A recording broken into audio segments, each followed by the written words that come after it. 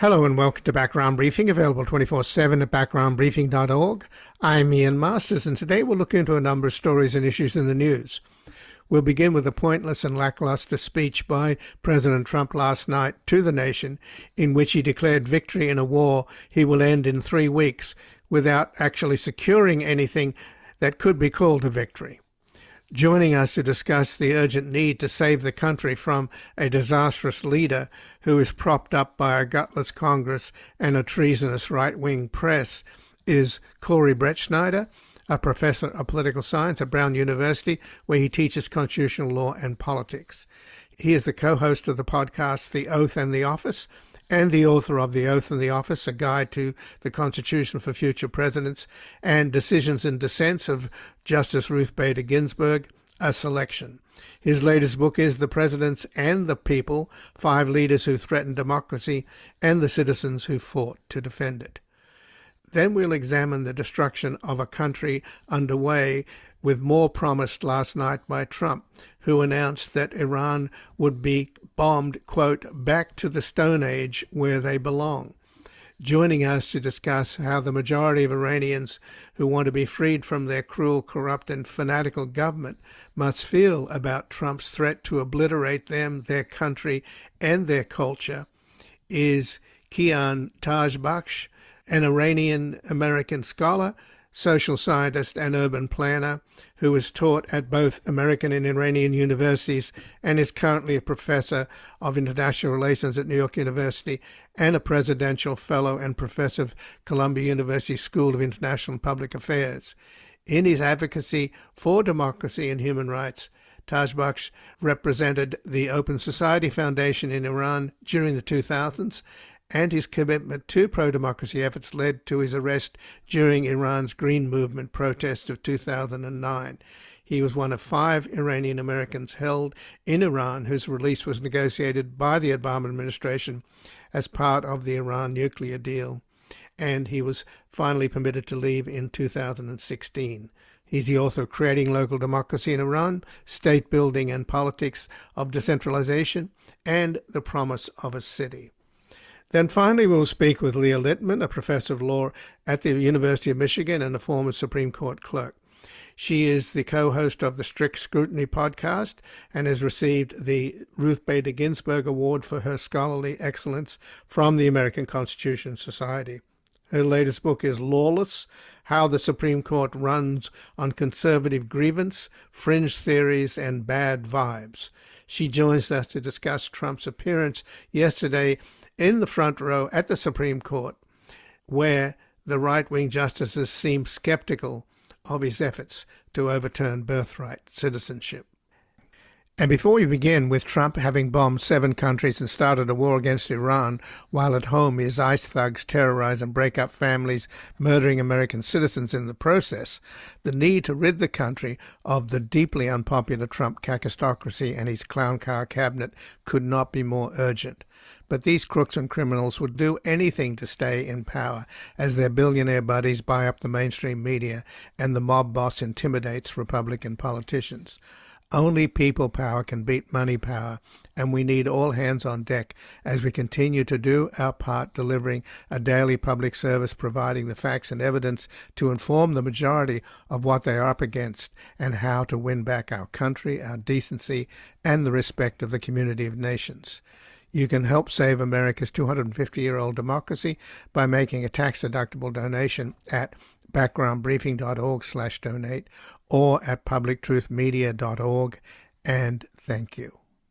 And joining us now is Corey Brettschneider, professor of political science at Brown University, where he teaches constitutional law and politics. He's the co-host of the podcast The Oath and the Office. Welcome to Background Briefing, Corey Brettschneider. Thanks so much, Ian. Well, thanks for joining us. And President Trump last night addressed the nation in what was anticipated to be an important speech, obviously with the countries at war, and it's a war of choice of Trump's and Netanyahu's, but there was absolutely no substance to it. And my sense is that it was basically a surrender dressed up as a victory. In 3 weeks' time, we'll find out.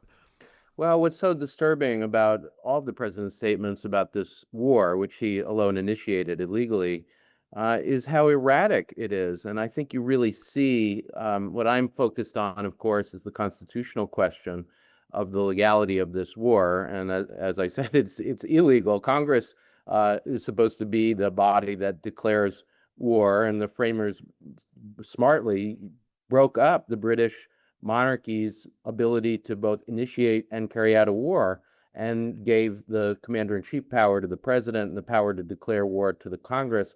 And part of the reason was to actually have the American people hear the rationale at minimum for war, to make that decision together. And I think what you see in his erratic statements, which, by the way, I also think are directed at trying to quell the markets or spike the markets, and it's disturbing how much what he says seems to be about that rather than about policy issues. And the deeper issue, I think, is that we never got a rationale for this war. We never got an explanation. And so you see the real problem with not just the lack of legality here, but why the wisdom of giving Congress that power was to ensure that there were clear policy reasons why we were moving forward, reasons that are just totally absent at this moment. Well, in terms of quelling the market and the price of oil, that has not worked. It's shot up, right, and oil is now above 110 a barrel. Right, and I think part of it is that markets react to, it's transparent what he's doing, and so if he has this intent sometimes of quelling the markets and wanting, to carry out this war with no clear rationale, and yet quell the markets. People are smarter than that. I think they start looking at him and they think this guy has no plan. He has no rationale. He's flying by the seat of his pants. He's surrounded, by the way, by people who we can't trust. Pete Hegseth doesn't strike me as somebody who is in any way an expert in anything. And, he's a television commentator and not a great one at that. And so that's why we're in this, horrific moment. So last night then, what we saw was a man that is driven by impulse, who's chronically ignorant. I mean, if you go back to his first term, the first Secretary of State he hired, Rex Tillerson, referred to him as an effing moron. His advice over COVID, which he allowed COVID in his first term to get out of control, 1 million people died unnecessarily, and he gave the advice of shining a light inside your body and drinking bleach. I'm not making stuff up. I don't think he knows what he's doing, and this is what's being exposed now: is the price you pay when you vote for somebody that's a con man, and that's what his first chief of staff, General Kelly, said. He said that in one of his rare moments of truth, I guess. He said, the lesson from Trump is that the American people have got to be better educated about the leaders that they choose. I think it comes down to that, doesn't it? Yes, I think the fact that we could elect somebody who's so erratic, so ignorant, and fascistic, too, in his beliefs is, a sign of something deeply wrong when it comes to America's civic education. And we've focused not enough on history and the values of the Constitution, of course, is what I'm trying to do. I've been devoting myself to this public education project. That's why I'm doing it, The Oath in the Office, where we're trying to, as we do on this show, break down the news stories and look at the way that this is all implicating questions of constitutional governance. And, to be blunt about it, if he was just a reality star or just a congressman or even a senator, it wouldn't be nearly as big a deal as it is given the office that he holds. The president of the United States, the framers created an oath for the president to pledge to preserve, protect, and defend the Constitution, partly because they knew how dangerous the office was that they were creating. It is a massively powerful office, the commander-in-chief power, the control over the more than 2 million people in the executive branch, control that he's increasingly exercising. And so if it was just an ordinary fool, we wouldn't have to worry, but it's this erratic and megalomaniac and narcissistic personality has the tools of really the most powerful office in the world. That's what we're seeing in Iran, what makes it so dangerous. That's what we're seeing domestically. There were people who, even before this latest term, who thought, oh, well, the checks and balances will work. They'll stop them. And what I've been warning about, and unfortunately is true, is that, no, they're not going to work. They actually are pretty weak in comparison to a president who's as devoted to power for its own sake as this president is. So if you saw the last cabinet meeting a week or so ago, Corey, it was a North Korean style, sycophancy, lavishing syrupy praise and coming up with new medallions and awards. And Speaker Johnson gave him the new Golden Eagle, and FIFA gave him some bogus award. This is one of the paradoxes: is the most powerful man in the world has the frailest ego and requires constant gratification and ego massaging. And he's chosen this kakistocracy of a cabinet, the rule of the very worst. So how do we get out of this if the only mechanism that the Constitution provides is the 25th Amendment? And that would require the cabinet and the vice president to step up and do the patriotic thing. Yeah, I'm not optimistic about the 25th Amendment for the reasons that you suggested. The idea that this vice president in particular, J.D. Vance, is going to turn on this president. I think he sees this president as key to his own future, or that a majority of the cabinet are going to turn on him. I just don't see it. I mean, what he's done, and unfortunately, if it was possible, it would have happened in his first term. But this time he understands that the things that constrained him before were people who were not prizing loyalty over fidelity to the country or to basic decent policy. And now that he's got those, not that those people were in any way perfect, but now that he's just got some of the biggest fools in America, Pam Bondi, is not in any way a serious person when it comes to the law. She's just devoted to Trump, and that's true of Hegseth too. I think that that's what makes it so dangerous. And so the idea that the 25th Amendment, the crafters of that amendment, I think, were naive in thinking that you could have the president's own cabinet turn against him, and it's especially not going to happen now. Impeachment is a more realistic option, I think. Even if it doesn't happen, it certainly won't happen now, but I'm talking about in the next Congress if Democrats take the House and the Senate. Even if it doesn't happen in the sense of removing him, what we saw last time was not it functioning as the framers hoped it would, but as teeing up the issues, making the American public clear about what's happening. And then when it comes to the repudiation of Trumpism in the next presidential election, the real moment that we have to reclaim our democracy, those issues will be front and center. And just a sentence about that, and it is very important that we not just get rid of Trump, but that we restore that oath of office that I talked about, the theme of the Oath in the Office podcast, and repair the mechanism of the presidency, constrain it with legislation. There was, as you well know, Ian, after the Nixon presidency, a serious moment in which Congress really did at least try to reclaim its power. And that's what I'd like to see after this president is gone. Well, Trump has already been impeached twice, and I guess that leads you to question, the first time around, why it failed, and certainly the second time around. And one of the paradoxes of that was that the second time around was after his coup attempt on January the 6th, and Mitch McConnell, of course, made that speech where he basically gave the Democrats a roadmap and said, you can put this guy in jail. And they didn't, and of course Mitch McConnell then voted against the second impeachment.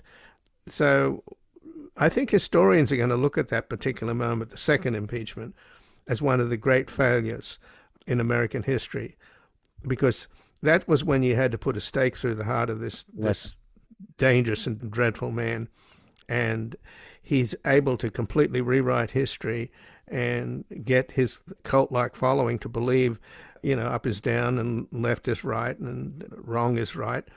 And we're still haunted by this man. And even Fox News, by the way, the Murdochs at that point decided to drop him. They decided enough already. But then they found that the more they distanced themselves from Trump, the more they lost viewers to OAN and Newsmax and these further right, lunatic fringe TV stations. And we're stuck with this guy. So this is a failure on so many levels. Yes, I've been using the phrase self-coup if we're talking about a Latin American country and describing what you and I are talking about.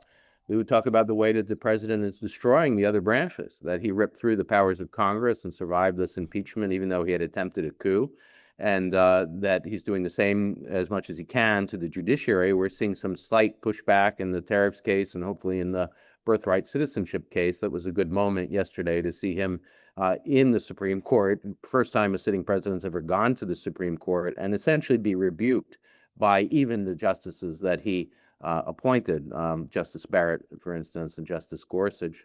But, to go to your main point, we have really shown the weakness of our system, because January 6th was the paradigm of a high crime and misdemeanor, if ever there was a time for impeachment. And it was at the end of his term.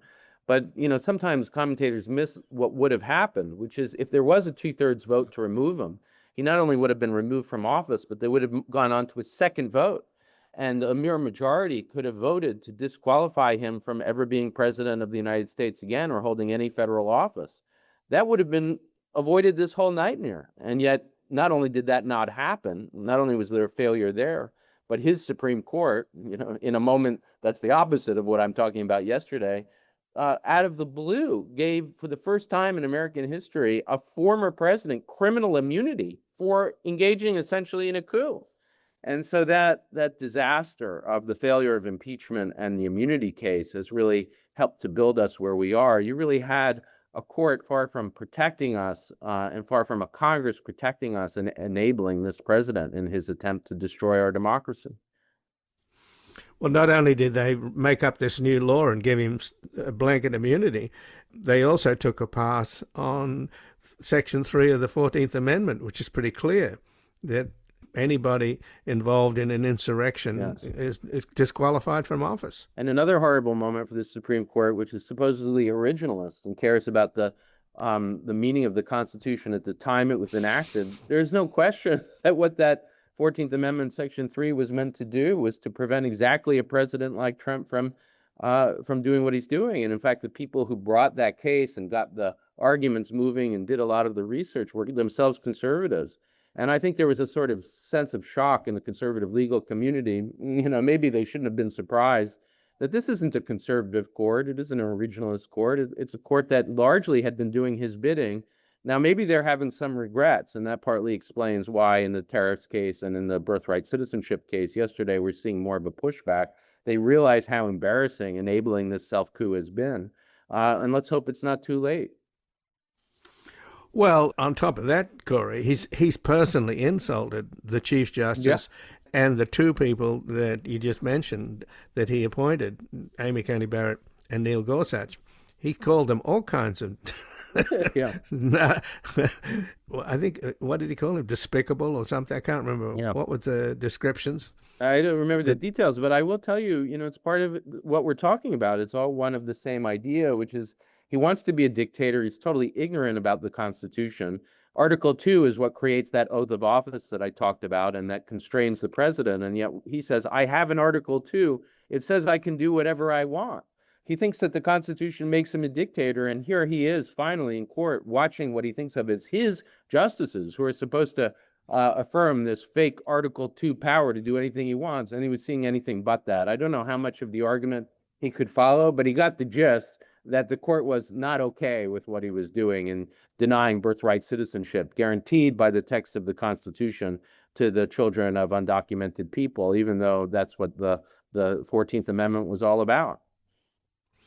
So just in the last couple of minutes, here he is at war, but his focus, tweeting out today on his Truth Social, was attacking Bruce Springsteen. And in attacking Bruce Springsteen, he once again reminded us that he won this landslide election and the popular vote and all of this stuff, none of which is true. But he did get 77 million votes, and I think Kamala Harris was... something like 75 million. So at the end of the day, isn't this also about not just about the failure of the Supreme Court and the failure to get rid of the guy when they could have after his coup attempt?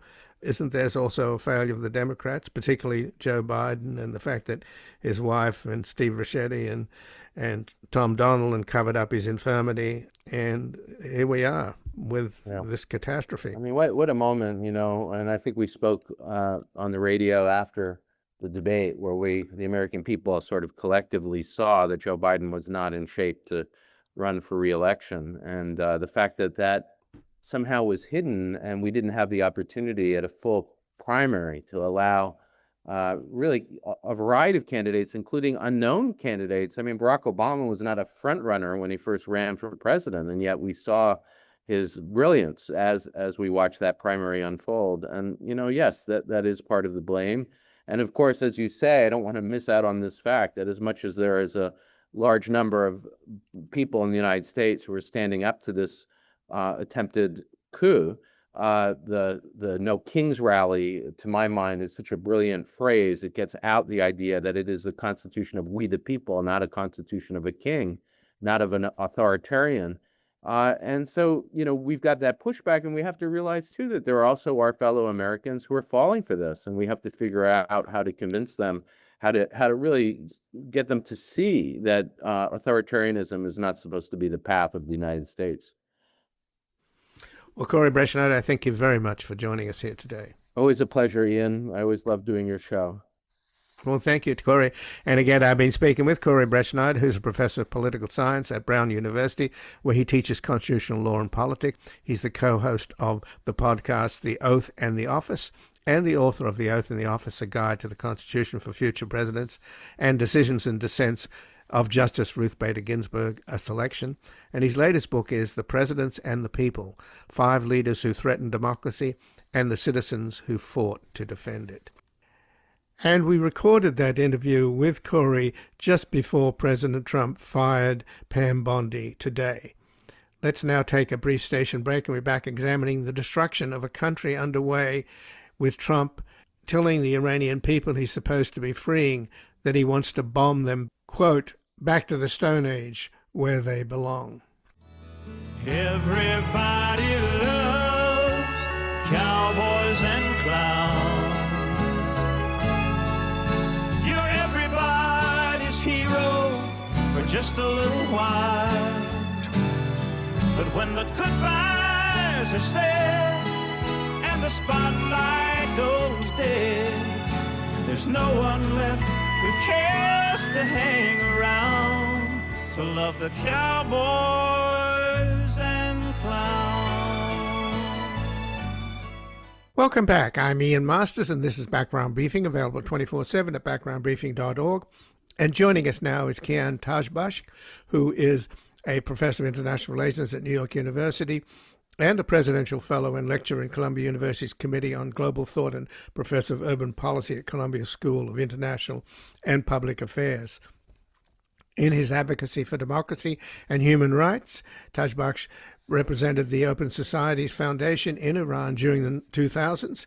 His commitment to pro-democracy efforts led to his arrest during Iran's Green Movement protests in 2009. He was one of 5 Iranian Americans held in Iran whose release was negotiated by the Obama administration as part of the Iran nuclear deal. And he was finally permitted to leave in 2016. And he's the author of Creating Local Democracy in Iran, State Building and the Politics of Decentralization, and The Promise of a City. Welcome to Background Briefing, Kian Tajbakhsh. Thank you very much for inviting me. Well, thanks for joining us. And last night's presidential address to the nation was somewhat lackluster. He basically said in 3 weeks' time he essentially is going to be declaring victory, but he clearly has not secured a victory, least of all over the opening of the Straits of Hormuz. But what struck me as being so ridiculously counterproductive, since, he's talked about regime change and wanting to free the Iranian people from this dreadful government, he's talked about wanting to bomb them back to the Stone Age where they belong. So how do you think the Iranian people felt about that horrible comment? Well, I was horrified, frankly, as someone who is both an American citizen and an Iranian citizen. I have done my best in my analysis to try to understand the roots of this conflict without getting into character, the dimension of the character of the president. And I do understand that his communication style is unique and unconventional and so forth. But that to me, both as an Iranian and an American, was appalling, frankly. There was no reason for it. There was no explanation of why that kind of scorched earth threat would even make sense, even as a bluster or a threat. So that's the first thing I would say. Most Iranians would be turned off by that. It has been the major talking point across all Persian language media in the last 24 hours. I mean, since the speech, and it's obviously going to turn people off from any sense that that the claims that the military operation is focused just on the regime and not on the people. I mean, people will become hesitant to that. I don't think people all, necessarily take him seriously. They know that President Trump says a kind of lots of things, and they do probably discount.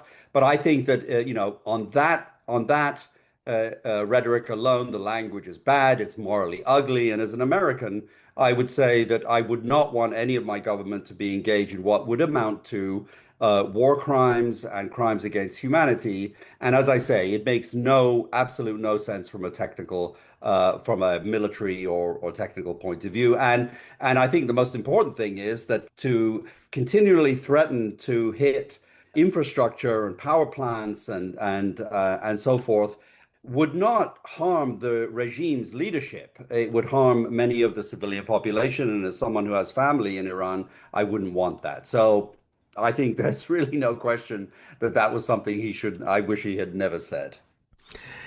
And at one point, he brought up his, nemesis, the person that haunts him, the person who he originally started out when he was running in politics, and when he joined in politics and started to run for the presidency, the first thing he did was to accuse Barack Obama of not being an American, being a Kenyan plant, started this kind of birther canard, which was clearly racist. But last night he couldn't resist in a hateful way talking about, he said, Barack Hussein Obama, with poison dripping from his lips. This is the man that's freed you, isn't it? Yes, that's right. I was freed as one of the Iranian Americans that had been held in prison in Iran, and I was under house arrest at the time. And my freedom was directly negotiated as part of the 2015 Iran nuclear deal. So obviously, I'm extremely grateful to my adopted country, the United States, and the government for doing that. At the same time, I'm on record in writing as an analyst that there were flaws in the deal, which I think the important thing about that deal, and we can talk about it a little later if you want, is that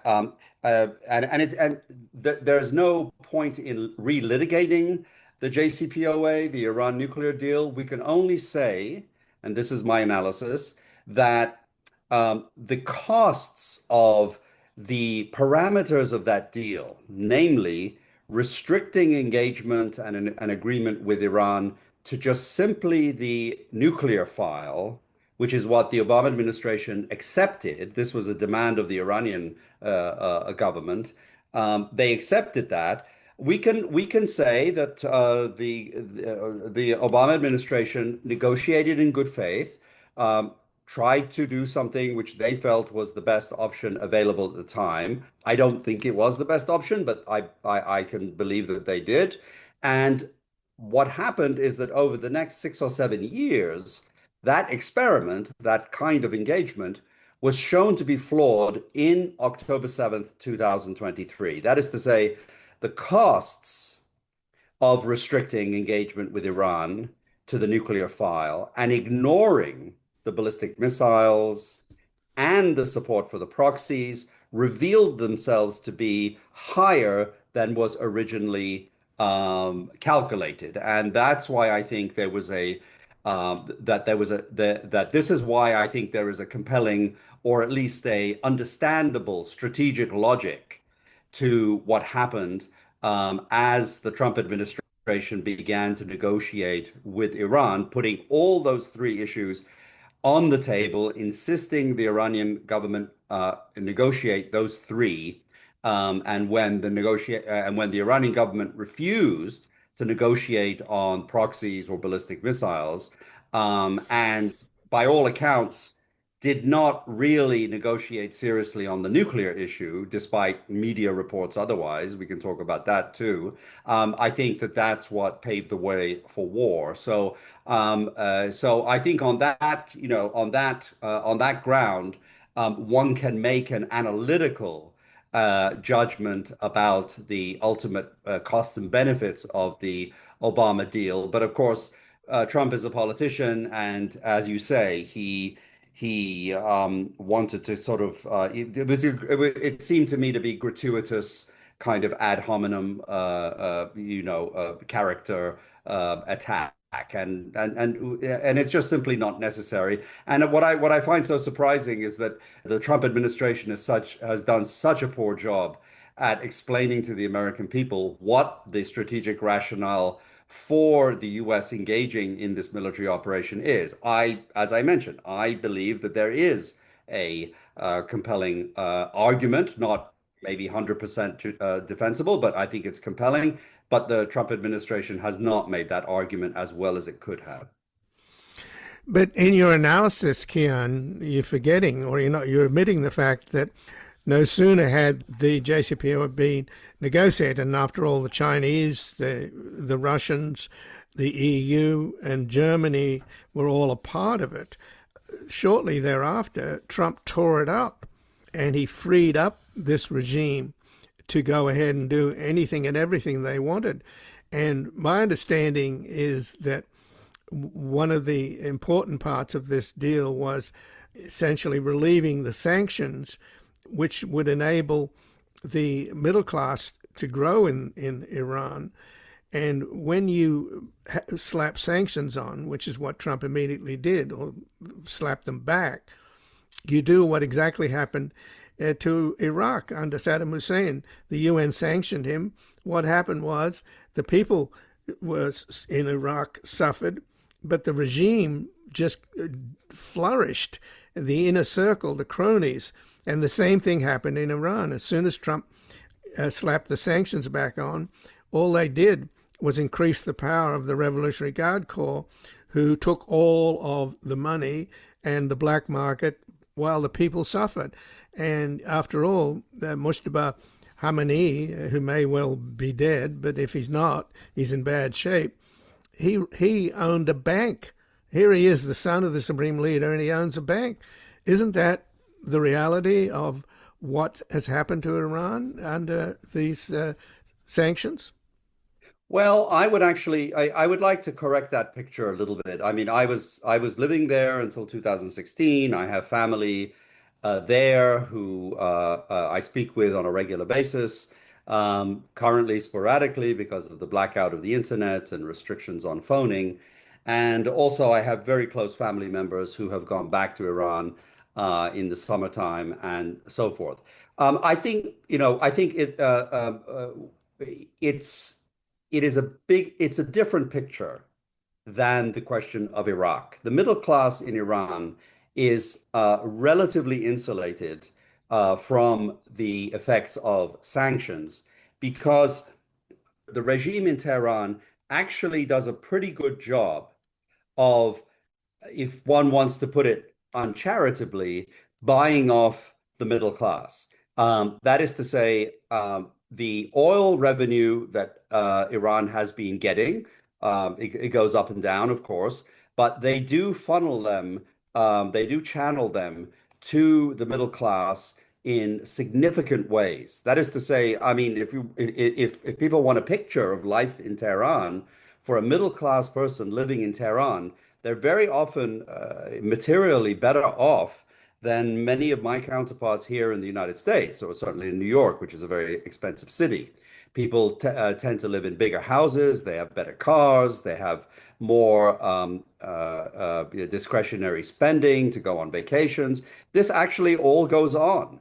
And one of the reasons is because the Iranian government is a very, very high welfare state, which subsidizes a vast amount of basic goods and services, from education to health to various forms of insurance to transportation to gasoline at the pump. All these basic utilities are highly, highly subsidized, and the government does a pretty good job, actually, of delivering these basic utilities even to the bottom, and especially to the bottom deciles or the bottom segments of the income distribution, the poorest people in Iran. And so I think we should not have a picture of what was happening in Iraq after the sanctions, after 2000, or just before 2003, after 1991, because that was devastating. That was devastating for the people. There were probably thousands of children and people who were suffering and probably died of malnutrition during that. But that's simply not the case in Iran. The other reason why it may be surprising for people to hear about how materially comfortable people are in large swaths of the Iranian population is partly because the regime actually has a big hand in smuggling goods through unofficial channels into Iran. So I don't want to paint an overly rosy picture. There is very high inflation currently right now. There's extremely high prices. But there are aspects of Iranian society which allow that kind of coping mechanism to work quite well. Large families who tend to be joint families. They tend to have people, younger generations, who will take care of older generations. They live in larger houses, which I don't mean that in any luxurious way. I mean, it just allows extended families to live together and help each other. And as I say, so I don't want to go on more about that. I'm happy to, but I do want to say the picture that the sanctions, I think that Donald Trump reimposed. In fact, there's a big debate in Iran about within Iranian specialists and among the population about how much of the high prices, the lack of access to goods and things like that, how much is that a function of poor management, and how much is that a function of sanctions? And many studies have shown, and my own studies have indicated that Iran actually has poor management of its overall resources, including water, including its money, including its investment. But this is something that doesn't immediately trickle down to into the material stress into the middle class. But surely the sanctions have increased the wealth and power of the Revolutionary Guards. I mean, aren't they? Don't they have their finger in every pie? The fact that, as I mentioned, Moshtaba Khamenei owns a bank. People like Trita Parsi and others make the case that it's the middle class in Iran that's been screwed, and had they been able to flourish, they would eventually be able to liberalize the country and pry them loose from this oppressive government. I take it you don't buy that theory. No, I don't buy that at all. I think that that is a theory that is it's a narrative which I think doesn't reflect accurately a good understanding of how power is distributed inside Iran. Let me make a couple of points. The first one is about the relationship between sanctions and the power of the IRGC. For the IRGC, or the regime, let's call it generally, it's a win-win situation. You should imagine that it is an authoritarian, in political scientists will call it a dictatorial regime. And I don't say that in terms of slogan. As a political scientist, we define a dictatorship as a political system that cannot lose power through free and fair elections. So that's a pretty good description of the power center inside Iran. The so-called elected president and elected local councils and things, which I'm a specialist of, they are basically irrelevant in the power structure inside Iran. The power system is the center of gravity is in the unelected theocratic system.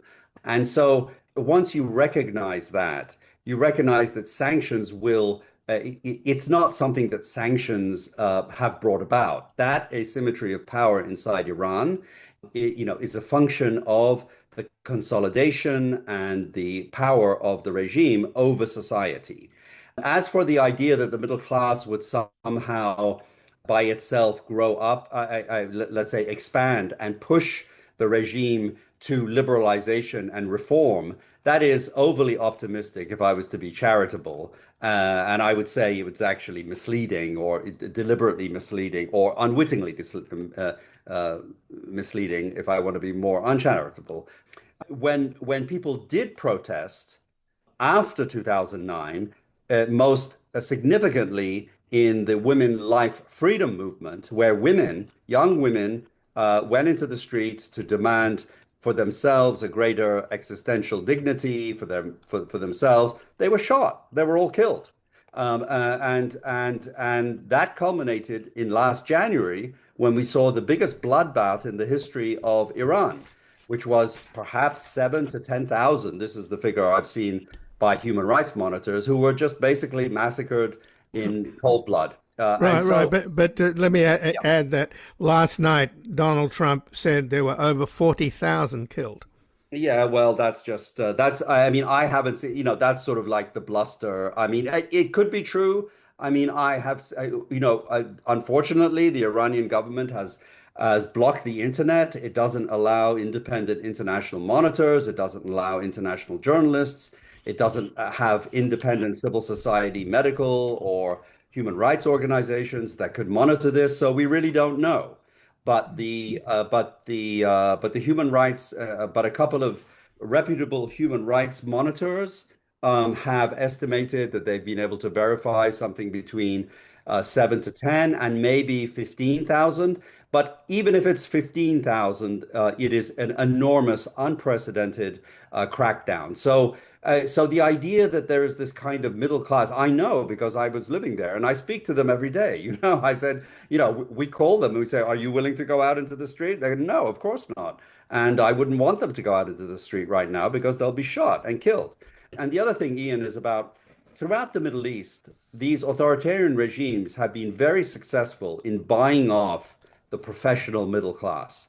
So so I think that that narrative is I think, I mean, I don't believe it. I don't agree with it. I've criticized it. And I think that kind of narrative is typically born not from an understanding of how Iran works internally, but it's more of a reaction against American domestic political positions. In other words, if you really dislike the Republicans, you tend to take this position because it's just a sort of democratic position. But I don't think, which is, which has its own logic, but I don't think it's a good reflection of what's going on inside Iran. Well, we've run out of time, but I thank you very much for joining us here today, Kian Tajbakhsh. Thank you very much, Ian. And again, I've been speaking with Kian Tajbakhsh, who is an Iranian-American scholar, social scientist, and urban planner. He has taught at both American and Iranian universities, and is a professor of international relations at New York University and a presidential fellow and lecturer at Columbia University's Committee on Global Thought and a professor of urban policy at Columbia School of International and Public Affairs. And in his advocacy for democracy and human rights, Tajbakhsh represented the Open Society Foundation in Iran during the 2000s, and his commitment to pro-democracy efforts led to his arrest during Iran's Green Movement's protests of 2009, and he was one of 5 Iranian Americans held in Iran whose release was negotiated by the Obama administration as part of the Iran nuclear deal. And he was finally permitted to leave in 2016 and is the author of Creating Local Democracy in Iran, State Building and the Politics of Decentralization, and The Promise of a City.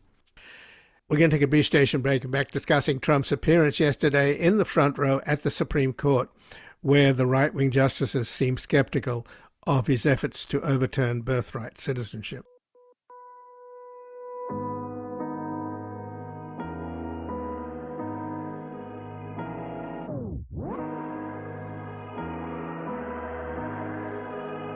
اگه دیدی درد مردم و ولی چشاتو بستی، ظلم به مظلوم رو دیدی و از کنارش رفتی، اگه از ترس یا واسه منفعتت خوده کردی، تو هم دست ظالم هستی، تو هم مجرم هستی. اگه خودتو به خواب زدی وقتی که خونا رو میریختن، گرفتار کسبتی وقتی جون جوونا رو Welcome back. I'm Ian Masters, and this is Background Briefing, available 24/7 at backgroundbriefing.org. And joining us now is Leah Litman, a professor of law at the University of Michigan and a former Supreme Court clerk. She is the co-host of the Strict Scrutiny podcast and has received the Ruth Bader Ginsburg Award for her scholarly excellence from the American Constitution Society. Her latest book is Lawless: How the Supreme Court Runs on Conservative Grievance, Fringe Theories, and Bad Vibes. Welcome to Background Briefing, Leah Litman. Thanks so much for having me.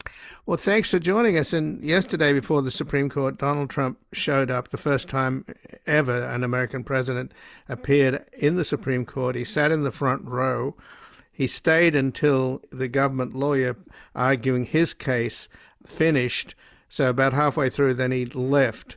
So my sense is that there's probably some bad vibes between Trump and some of the justices, not the least of which is the Chief Justice John Roberts. But recently, Trump also trashed Gorsuch and Amy Coney Barrett in his colorful way, which was pretty stinging. So I don't know. What do you think's going on with those justices? Do they take Trump's nasty attacks on them personally? I'm not sure if they take it personally. In some ways, they probably found it irritating that he showed up to the oral argument and made it even more of a spectacle and a clown show than it already was. They probably don't appreciate his Truth Social posts that call them embarrassments to their families and whatnot. On the other hand, I do think that the president's criticisms of the Supreme Court are helpful to the Supreme Court because they allow the court to appear and to depict themselves as more of an independent institution than I think they are, and that I think they have acted. So, in other words, then, had he not said anything, they would have gone along with their conservative agenda, all of which serves Trump's ends? Did he upset that apple cart? No, I don't think he upset that apple cart at all. There are matters that they are weighing in on that involve the Trump administration, where the Trump administration is doing things that frankly line up with the conservative legal movement and the Republican Party that these justices are very much in the mix in. Think about, for example, his attempts to expand executive power, some of his aggressive immigration enforcement, the roving immigration patrols in California, his restrictions on federal funds to foreign aid or to medical research grants.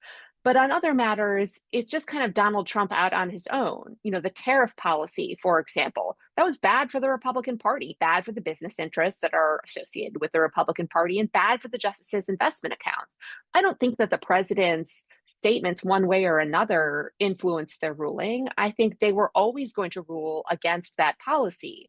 And I think they're similarly inclined to rule against birthright citizenship. The president has succeeded in politicizing this issue, which segments of the Republican Party and conservative legal movement have been attacking, but it is not the kind of signature key issue of the Republican Party in the same way that cutting back on regulation or tax cuts are. Well, it'd be pretty hard, though, for them to strike down birthright citizenship when the first sentence of the 14th Amendment, which was adopted after the Civil War in 1868, to get rid of Dred Scott, explicitly says that all persons born or naturalized in the United States and subject to the jurisdiction thereof are citizens of the United States and of the states wherein they reside. And then in 1896, in U.S. versus Wong Kim Ark, the Supreme Court made it even more explicit. So it's pretty bedrock, isn't it? Yes, absolutely. And in addition to the fact that it is not, part of the mainstream Republican Party, in addition to the fact that the president is deeply unpopular, of course, there are strong legal arguments against the president's attempts to deny people birthright citizenship. But frankly, there have been strong legal arguments against a lot of what this administration has done. And that hasn't stopped the Supreme Court from ruling for the Trump administration in some of these cases. And it hasn't stopped the Supreme Court from adopting pretty brazenly lawless and ridiculous arguments in other cases as well. So when you said a minute ago, Leah, that they've gone along with Trump's anti-immigrant agenda, why would they break on this one then? I think a combination of reasons. Some of the anti-immigrant agenda that they have gone along with involved, again, immigration enforcement tactics that more of the Republican Party have embraced. There, I was thinking about the roving immigration patrols.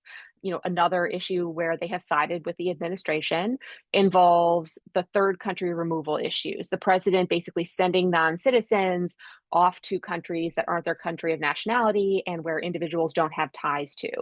And those are issues that have frankly gone a little bit under the public radar, have not captured the public consciousness, and wouldn't frankly be quite as destabilizing as attempts to deny people birthright citizenship, an issue that came out in yesterday's oral arguments. And so I just think there are several different factors, all of which are in play, that are leading the Supreme Court to be extremely inclined to rule against the president on this birthright citizenship attempted denial. So what then was your impression of the arguments themselves in terms of the government versus the ACLU? I mean, the arguments were clear. There were at least 6 justices, if not 7 or 8, inclined to rule against the Trump administration. I just found it a little rich that the justices acted with such self-righteousness and indignancy at the arguments they were being presented from the Trump administration. The Trump administration's arguments are ridiculous, but the justices could have quickly and easily disposed of them last year when the justices heard the case involving nationwide injunctions, which also involved the president's executive order attempting to deny people birthright citizenship. And they could have quickly, cleanly, and summarily said, sure, maybe these nationwide injunctions aren't appropriate, but this executive order is unlawful. And so the administration doesn't have a chance at prevailing in its appeal of these decisions challenging the executive order. They declined to do that, even though the plaintiffs, the challengers, asked them to do so. They didn't have to even hear oral argument in this case. They could have just quickly assembled an opinion that says, see the first sentence of the 14th Amendment. And I think by deigning to pretend there are both sides to this issue, they have given themselves more public credibility and invited more praise on them for when they eventually reject this argument, because they're drawing it out and it creates more of a spectacle. So what about the recent rulings, though? Everybody's now feeling a certain amount of comfort because Trump, as you point out, is so low in the polls. People are alarmed. And on Wednesday night, he announced this surrender of his war on Iran and dressed it up as a victory.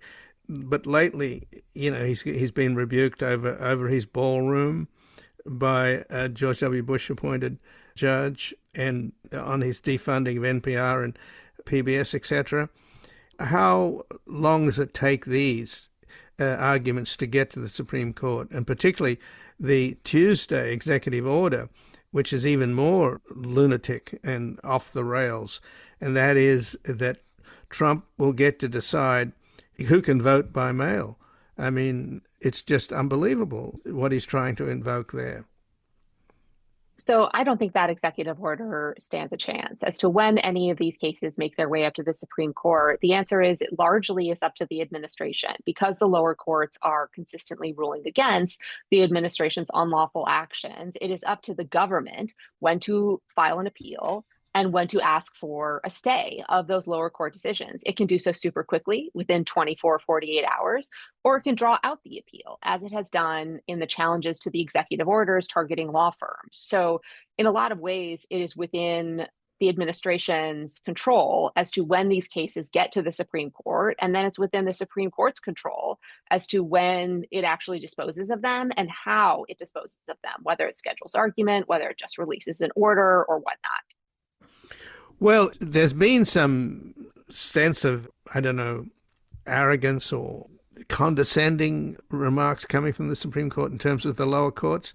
What is the relationship there? Because there does seem to be a real difference between the lower courts, what they're ruling on, and what the Supreme Court is ruling on, even though they've allegedly or possibly thrown us a bone with the Wednesday hearing on birthright citizenship. I think the relationship between the Supreme Court and the lower federal courts is a little strained. We've had multiple examples of federal courts and the trial courts or courts of appeal saying at oral argument or writing in opinions that the Supreme Court is not providing enough guidance or reasoning or acting judiciously on the shadow docket, that they have gone too far in criticizing lower court judges for not reading into their shadow docket orders. We've had judges speaking to the press on background, also kind of raising these alarm bells or complaints about the Supreme Court. So I think it is a little fraught right now. And the other ruling that took place earlier in the week, which there was just the one dissenting vote from Justice Ketanji Jackson, the 8-1 ruling, basically where the Supreme Court ruled against a Colorado law banning conversion therapy for LGBT individuals. What did you make of the stinging dissent from Justice Ketanji Jackson, but nevertheless an 8-1 ruling, where the two of the liberals joined with the conservatives? I appreciated the dissent. I think that the reasoning in the majority opinion doesn't really hold up. Basically, what they said is talk therapy, when it includes conversion therapy, is a form of protected speech. I think that just completely misunderstands the role of the spoken word in those settings where it is a modality of treatment. It is offered by a medical professional in the course of medical treatment. And there, the state is just able to regulate what is safe, what is efficacious. And it has been shown that conversion therapy is very harmful. So I think the idea that these laws that restrict conversion therapy, where therapists attempt to change an individual's sexual orientation or gender identity, it just doesn't really hold up when you think about all of the ways that states license professionals and in so doing regulate their speech. I don't think it would be a problem for a state to tell a therapist, you can't tell someone with an eating disorder that you're right, you are too fat, and as opposed to telling them, no, you are healthy and beautiful no matter the way you look. That is also telling the therapist what they can and can't say and expressing a viewpoint. But no one thinks that's constitutionally problematic. And it just seems like the court made an exception for those rules when it came to LGBT issues. But you would think that the justices would have noticed that this is a kind of conservative touchstone to go after trans people and trans rights and sexual identity. It's obviously red meat for the Republicans. How could you not notice that in terms of the plaintiff who brought the case forward, who they ruled in favor of? I mean, I think that they did notice it. Justice Jackson wrote as much in dissent. The majority was obviously sympathetic to this claim, in part because of the identity of the plaintiff. Well, just in closing then, are we to take some comfort from yesterday's hearing? Obviously, we don't know I think people should feel reassured that this executive order denying people birthright citizenship is not going to go into effect. But I don't think they should read that argument and the likely decision as reassuring that the Supreme Court is an independent institution that is going to safeguard the rule of law. So at the end of the day, this is Leonard Leah's court. Yep, still is. And what about the idea of Ted Cruz being the next justice if Trump gets another bite of the apple? These guys deserve him. Okay. I thank you for joining us, Leah Litman. Thanks. And again, I've been speaking with Leah Litman, who's a professor of law at the University of Michigan and a former Supreme Court clerk. She's the co-host of the Strict Scrutiny podcast and has received the Ruth Bader Ginsburg Award for her scholarly excellence from the American Constitution Society. Her latest book is Lawless: How the Supreme Court Runs on Conservative Grievance, Fringe Theories, and Bad Vibes. And this has been Background Briefing. I'm Ian Masters, and I'd like to thank producers Graham Fitzgibbon, Asher Price, and Sasha Linden-Cohen.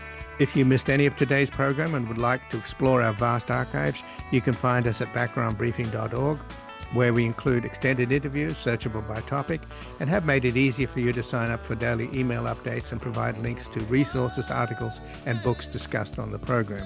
Also, you can find links there to subscribe wherever you get your podcasts, and we highly encourage your ratings and reviews on these platforms. Find us on Twitter, Blue Sky, and Facebook at Ian Masters Media, and our new social media manager, Luke Susswood, is also posting highlights from the show on YouTube, TikTok, and Instagram at Ian Masters Media. So please do help us reach more listeners by sharing this program with friends, family, and colleagues.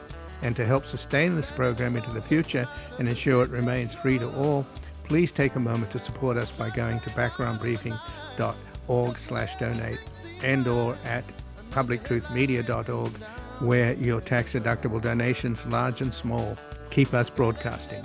And I'll be back tomorrow with another background briefing at backgroundbriefing.org. Bye for now.